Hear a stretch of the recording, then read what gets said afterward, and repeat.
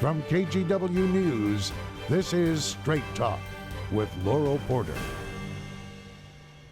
Hello and welcome to Straight Talk. I'm Laurel Porter.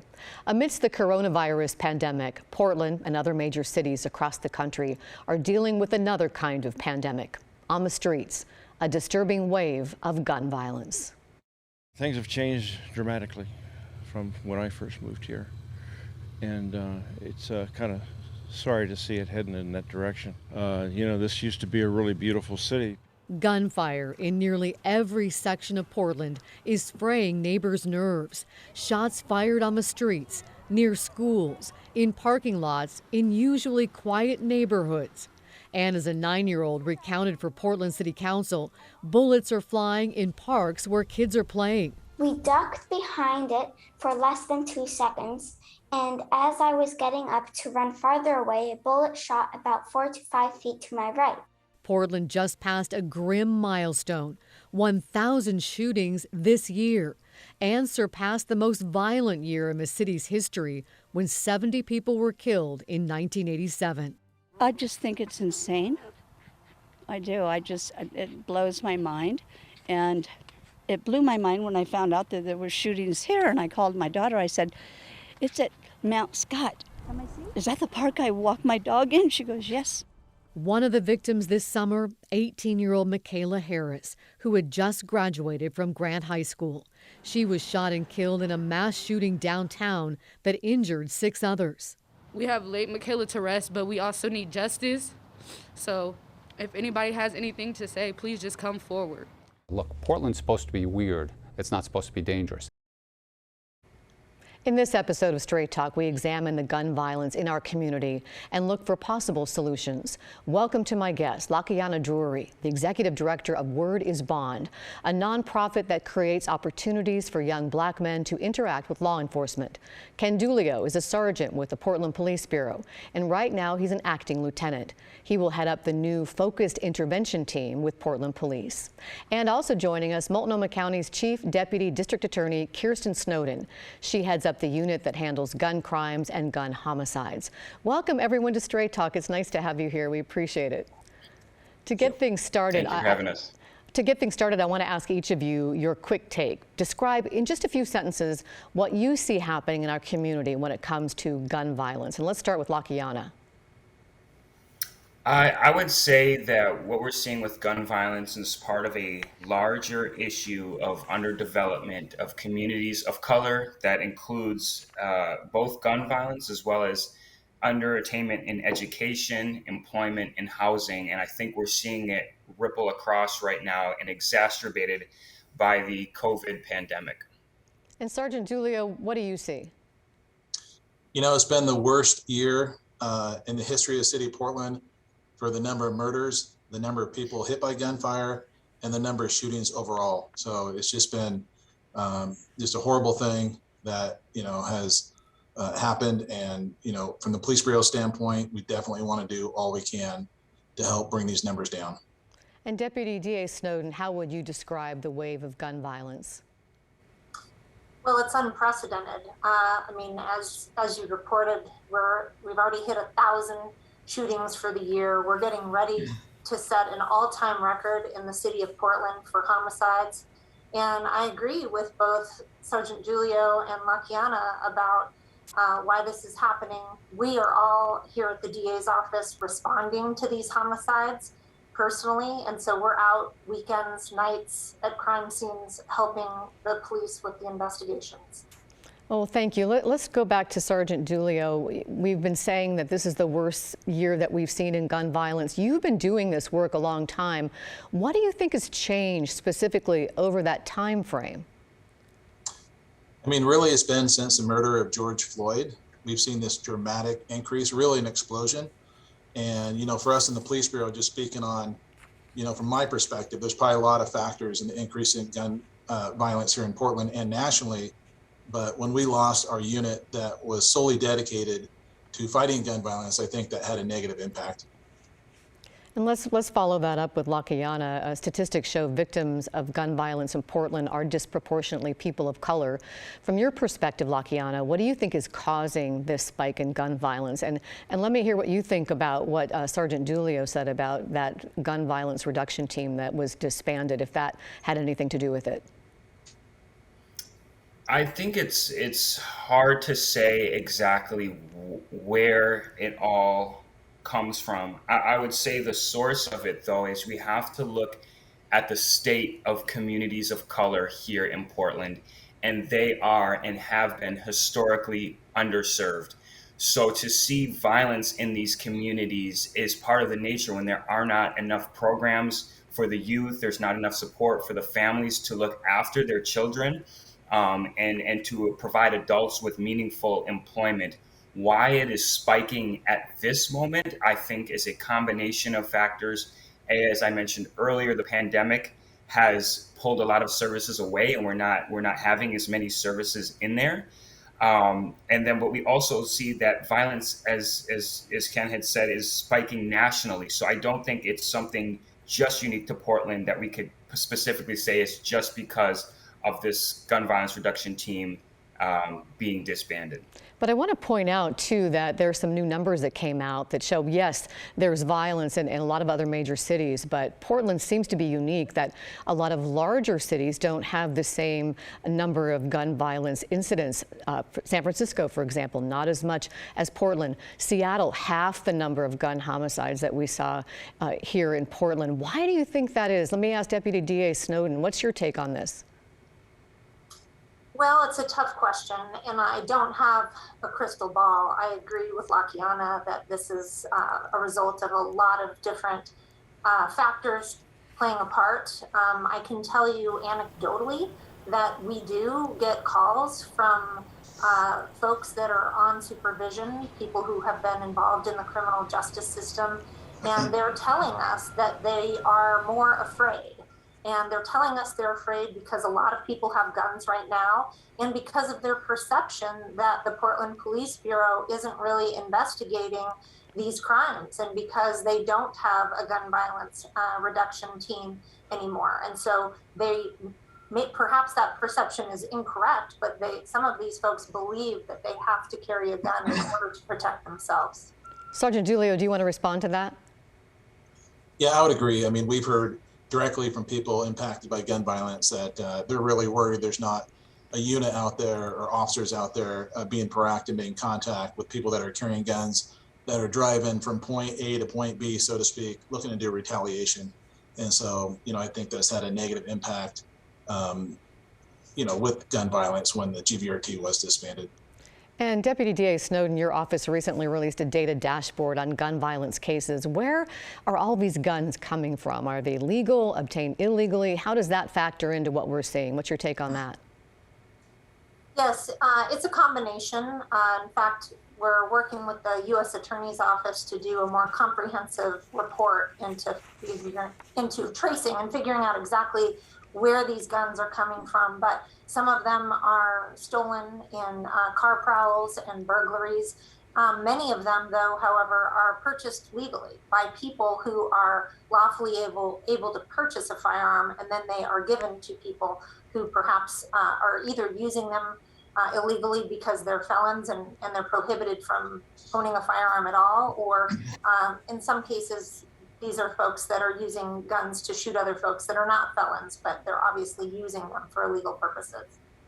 Thank you. We talked to Commissioner Mingus Mapps about the gun violence. He talked about something new to address the crisis, the new Focused Intervention Team, or FIT, with the Portland Police Bureau, and his hopes for that team. Let's listen to Commissioner Mapps. I'm actually very excited about this. I've challenged council to join me in taking steps to reduce homicides in the city by 20% in the next 15 months. The FIT team is an important step towards that goal. And I think we can achieve that goal while also being true to Portland values. And one of the ways we're going to ensure that is the new FIT team will have an independent citizen oversight group, which will monitor their work and ensure that the strategies they're using are consistent with the values of anti-racism. Luckiana, how do you feel the focus intervention team could be more effective than, say, the old defunded gun violence reduction team? How can it build trust? I think there's an opportunity for them to both intervene, and I think that's the piece that people have to be aware of with the police in general, is that they're an intervention piece, right? They can stop some crimes from happening or come to crimes after they have happened, but they can't be the total part of the solution. But where they are able to fit in, I think if they can find a balance between intervention without disproportionately stopping Black and other communities of color, I think that is part of the problem. I think the larger issue, we can go into this later though, is policing at the end of the day is not what our communities are most in need of. And let's go to Sergeant Giulio. You head up this new team, FIT, and used to be on the disbanded gun violence reduction team. How is FIT going to be different? Well, first off, this will be the first time since July 1st of 2020 that the Police Bureau has had a uniform team that focuses just on gun violence, and the go-live date is projected to be around early December. So I think one of the differences is we have this community oversight group, and really everything and anything we do, we talk about with them. We meet once a week with the entire committee, and really, we're opening to listening to their input, their ideas. They're going to tell us what they like, what they don't like. And the idea is, like, we want to build that trust with the community. We want people to support the FIT team. And I think the oversight group will allow us to be more effective in doing that work by having input and say and being involved. And they've been involved in every aspect, like I said, from hiring the 2 sergeants we just brought on board to we're going to post for the officer position tomorrow. That'll be open for 2 weeks, and they'll be involved in the selection of those officers, the training, on and on. Well, this isn't a done deal yet, though, right? You're still recruiting officers, as you mentioned. How hard has it been to get officers to want to be a part of this? Well, we tried this once, and we only had a couple officers put in. Officers were very hesitant, a lot of different reasons, but ultimately, like, lack of support for doing this work. And I think some things have changed a little bit. There's been a little more vocal support from the mayor's office, from a few on city council, and I think that's encouraging. I think it'll be important to actually get those votes to kind of refund, increase staffing, and really to have a long-term commitment from our elected leaders. This gun violence problem, the FIT team isn't going to solve this overnight. There needs to be a long-term commitment to reducing gun violence, and it's going to take the mayor and city council to make sure we have the support of staffing and funding. And how about the district attorney's office, Deputy DA Snowden? What do you think about this new FIT team, the idea? And do you and DA Schmidt support the FIT team? If so, how will you support them? Yes, our office absolutely supports the FIT team and the Portland Police Bureau in their efforts to be able to more robustly investigate these gun crimes. They need to have a dedicated team to investigate these crimes, people with expertise, people with community relationships, where they can learn important intelligence and information and share amongst themselves and with us so that we can help prevent that next shooting. And it's incredibly important that the folks affected by crime and the community as a whole trust in our police department to do the job that they are very capable of doing. And so hopefully the FIT team can lead to improved trust in the relationship with the community. And talking about trust, one of the barriers to prosecution, law enforcement need witnesses to come forward to prosecute the cases. We talked with the FBI's Kieran Ramsey recently, and he said he and others are trying to build trust in the community, but it's been frustrating. Here's what he told us. We're making that effort to engage with the community, gain that trust, so we can stop this either unwillingness or inability to provide law enforcement with information, because we know right now there are people out there that know some of these shooters. And maybe they were even victims, and the fact that they're not willing to share that with law enforcement is just so frustrating. Luckiana, you've talked with Agent Kieran Ramsey. What was your takeaway from the conversation you had, and what do you think can be done to motivate people who have information to come forward? I honestly advised him that that approach is going to be extremely difficult because of the lack of mistrust with law enforcement, that to ask the community to come forward and identify their neighbors or their family members in gun violence crimes would be like the same as asking the police bureau to identify the officers that are within their bureau that are racist. It's probably not going to happen. And I think that they have to look at a long-term strategy and how are their everyday practices impacting the trust with the community. But also, I would say that ultimately, instead of looking at it from the approach of how can we bring people forward to identify individuals with gun violence, ask ourselves, why is crime happening in these communities? Because communities that have the resources to be successful see less crime. And so if we look at it from that approach, if city council was to say, what in these communities is lacking that is leading people to do crime? Because the average individual is not just deciding they want to do crime just because they want to do it. Something is missing in those communities. And I could list those things off, but that's where I would start.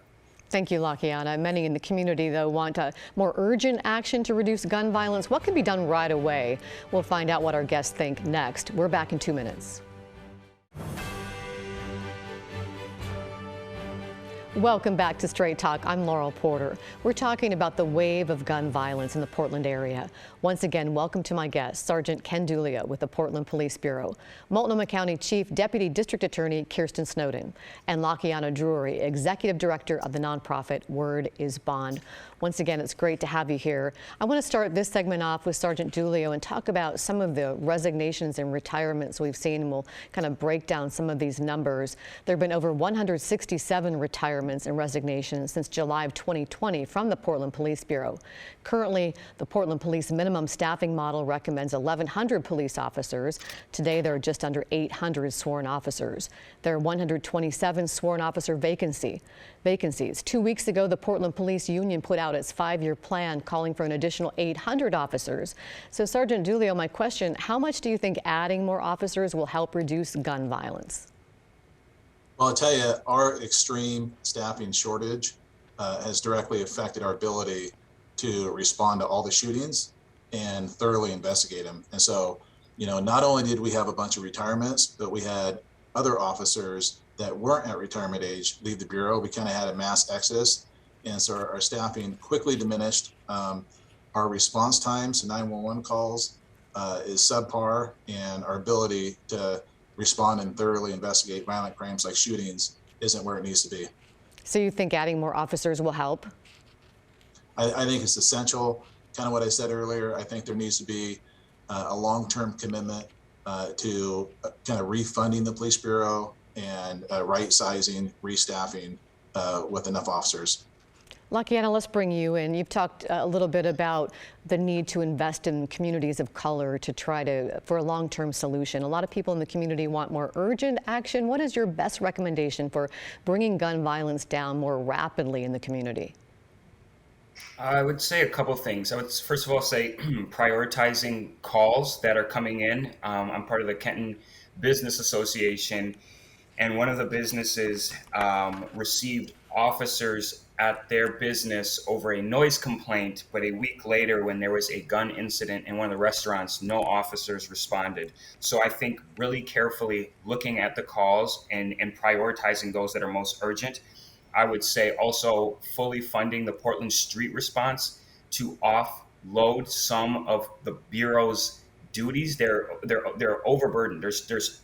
They're being called to do too many things. And if we can allow the Portland Street Response to respond to mental health calls across the city, I think that would also bring down their burden. And as much as possible to be present in high profile areas and at high profile times, I think could also be a deterrent in the immediate. I would also stress, though, that those long-term solutions have to be worked on at the same time. And while they seem far off in the future, if they're not invested in, we will be here the same way we are today with the same numbers we had in 1987. We will be here in another 20 years with these same things unless we really fully commit to those long-term solutions at the same time as we're pursuing the short-term solutions. And we talked a little bit about this earlier when you and I talked on the phone about, you talk about free college, and people would say, well, that's too expensive, but you say maybe not. Yeah, I would say that if we look at the amount of money that we are spending to incarcerate people, to spend on officers just going around arresting people or providing services that people are now like in hospitals that they can't pay for because they have no money. If we just invested on the front end, we would save so much. It costs less to send a student to college for a year than it does to house a prisoner in jail. And so we can either invest on the front end and support those communities, or we can ignore them as we have and pay triple on the back end for social service nets and expensive mass incarceration systems that we have currently. And let me go to Deputy DA Snowden. What is your office doing to try to reduce gun violence and interface with the community and law enforcement? Yes, tragically, we get calls every week from distraught members of the community who have lost a loved one to gun violence, and they desperately want justice for their loved ones. We are meeting with the Portland Police Bureau and other law enforcement agencies on a weekly basis to talk about the shootings that have occurred that week. We are in the process of hiring more DAs and a data analyst in order to connect the dots between many of our shootings, which turn out from an evidentiary perspective to be related to one another. And so we are using every mechanism we have available to us to make cases where we can. We do need witnesses to come forward. All of our prosecutions, whether it's a stolen car or a murder, require witnesses to come to court and for us to put on evidence. And so we do everything we can to encourage people to come forward and explain what it is they've seen or what they've been witness to. We have about 45 seconds left for each of you. You can each take about 45 seconds to have a closing thought to share with our viewers. And let's begin with Sergeant Dulio. Well, you know, some of the stuff that I've been talking about in Luckiana and Kirsten Snowden is like, you know, kind of intervention, prevention, upstream, downstream solutions, police, and really they've been pitted against each other. And I would just say they shouldn't be in competition. We should fund all that on both ends, right? And if there's people concerned about refunding the police and disparate treatments of communities of color, then let's work on that. But let's not, the opposite, reduce police staffing and have this horrible amount of violence, gun violence we're seeing in the community. Let's fund it all and let's go all in. And Deputy DA Kirsten Snowden. Well, as you referenced at the beginning of the show, people of color and in particular, Black Portlanders are at a disproportionate rate being gunned down and murdered. And so I appreciate the fact that you're bringing public awareness to this problem because it is a critical issue for our community. And Luckiana, you get the last word. You have about a minute to wrap things up for us. I would just urge our city leadership to invest in our communities of color, invest in the schools so that students have teachers that look like them, invest in housing so that all our communities of color are not just living in apartments but have homes that they can raise their families in, invest in jobs so that fathers can be part of the households and take their kids to the parks on Saturday and have money to be involved in them. Invest in our communities and it will come back tenfold. That's what I would say. Well, this is such an important conversation to have. I hope that you'll all come back so we can continue this conversation. It's an important one and one that the community is really invested in. So thank you. If you'd like to find out more about Luckiana's nonprofit, Word is Bond, you can check out the website here. It's mywordisbond.org. And if you'd like to find out more statistics from the DA's office, you can check out the dashboard on the Multnomah County District Attorney's webpage, and you can see it here. A lot of good information there. Thank you to my guests, Chief Deputy District Attorney Kirsten Snowden, Luckiana Drury from Word is Bond, and Sergeant Ken Lia from the Portland Police Bureau. And thank you for watching and listening. Remember, you can get Straight Talk now as a podcast. All you have to do is search for KGW Straight Talk wherever you get your podcasts.